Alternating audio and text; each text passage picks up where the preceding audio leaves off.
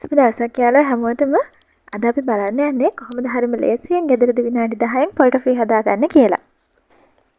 ඉස්සෙල්ලම හීනියට ගාගත්ත පොල් ගෙඩියක පොල් සීනි ග්‍රෑම් 200ක් අරගෙන තියෙනවා.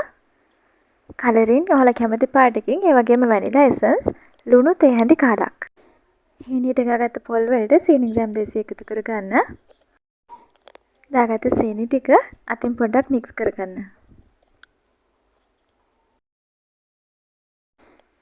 ඊට පස්සේ මේකට ඔයාලට කැමති පාට කලරින් එකක් එකතු කරගන්න පුළුවන්. මම අද එකතු කරගන්නේ රෝස් පාට කලරින් එකයි.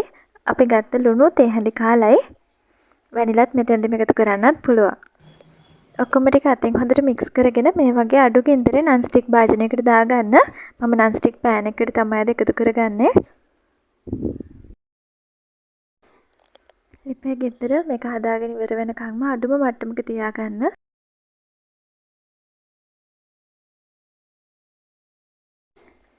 සම්පූර්ණ මිශ්‍රණයම පෑන් එකට දාගත්තට පස්සේ හැමීට ඒක හැඳි ගන්න, මික්ස් කරගන්න.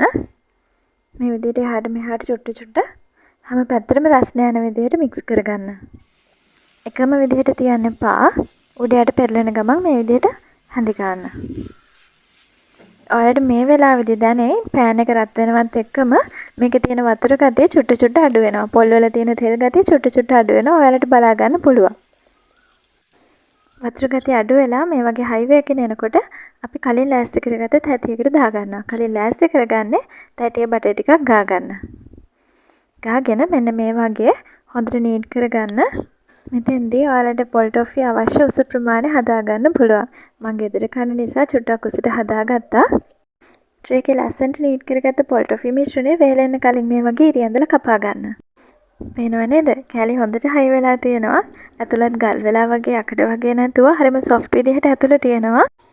එහෙනම් ඔයාලා අනිවාර්යෙන් හදලා බලලා කමෙන්ට් එකක් තියන්න. මගේ channel එකත් subscribe කරන්න. එතකොට ඔයාලට අලුත් වීඩියෝ එකක් දාපු ගමන් බලන්න පුළුවන්. මගේ channel එකත් එක්ක එකතු වෙන ඔයාලට ගොඩාක් ස්තුතියි.